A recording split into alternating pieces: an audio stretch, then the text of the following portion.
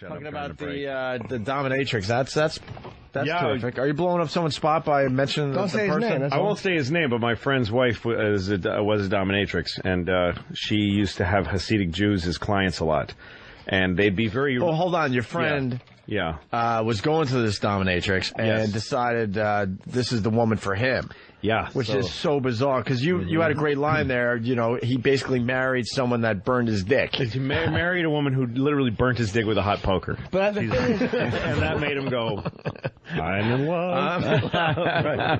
Did she still dominate him, or no, not anymore? I mean, I don't know. That gets in the area. Yeah, you got to think that would be a little weird. He's got to go out of the house to get that. Right? Well, the thing is that then it just turned into a regular. They got married. They have a kid. She's a pain in the ass, and he's literally like. Literally. Oh, God, yeah. You don't know. I mean, fucking with a racket, Right.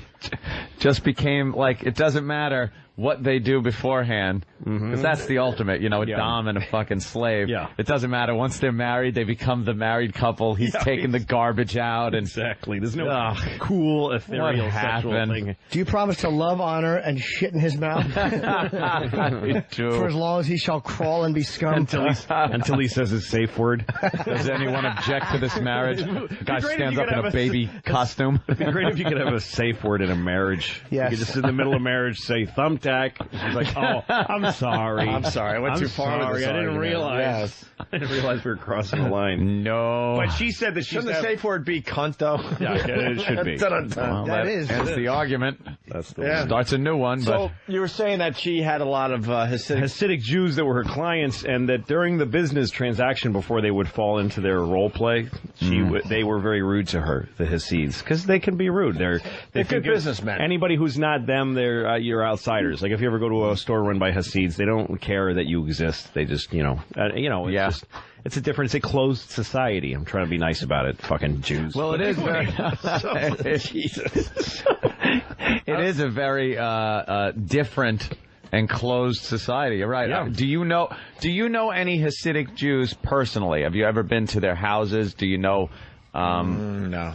Friends with them or anything? They're not supposed to. Yeah, that's what I mean. So it's not like you're saying anything that isn't true. It's just no one knows. They're very mysterious, if you ask me. And it's a generality because there are. I mean, I go to B&H Photo, which is. Oh yeah, I love B&H. And B&H, they sometimes they're very like, you go, is this a good camera? Yes, it's a very good camera. Yes, it is. yes, yes, it's good.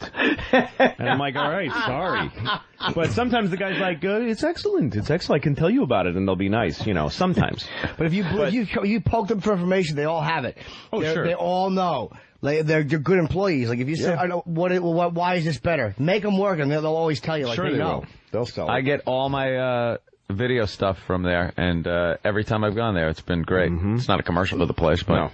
No, it's great. It is a great place. But anyway, informative. But so these Jews were rude to her a lot, and they're living in a society that's extremely like moralistic. Going to some dominatrix and having their dicks whipped is not exactly in the Talmud. Within the bounds of their religion. I don't think it's part of their bar mitzvah. In the Baruch atah, it's not in. There's no Hebrew for, getting your dick fuck whipped. Me with a strap on. Right. Jesus, Louis. So there's just something about. I think it's something about any lifestyle that has you in this very strict.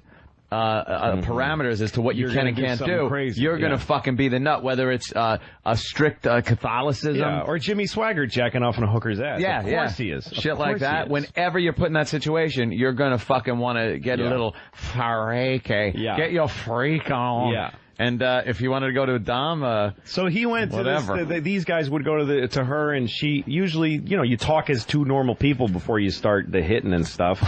And that's her time that you got to respect her, and they were disrespectful to her. So when she was beating them, she said they were the only clients that she ever hit like with spite, because that's a huge line for her. She would never cross. When a dom is beating you up, she's being very, she's doing it with some kind of kindness. There's a weird, right? But she said she used to crucify them. And that's a no-no. And like inside, when she's hitting him, she'd be like, "You fucking Jew!" Give me so much wow. And then the weird detail she told me was that they always had to take their sperm home with them in a tissue. Get out of here! Because that was in their religion, was they couldn't leave their bodily fluids behind. What do they do with it? Somehow, like God's watching a dominatrix shit in your mouth.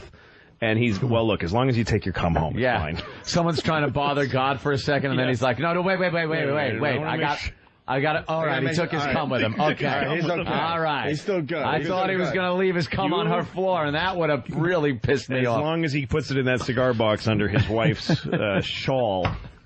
That's why the tsunami happened. God wasn't paying attention to the weather.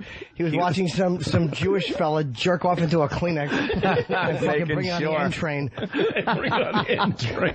Fucking taking it on the JZ to the fucking Bensonhurst. I knew another dom who used to see the same thing. She said the Hasidic clients, she had one would always come, one of the tranny to fuck him. So she would bring the tranny, and the trannies would a lot of times make the guy shower. She's like, they were dirty, they would smell, and he said that the tranny wouldn't fuck the guy until he showered. Wow. The tranny go, I ain't gonna fuck this. Jeez, man. Take a shower. Let's get Keith the cop on the line here. Keith, what's up? Yeah, that's very true, Jimmy. Big in the tranny community.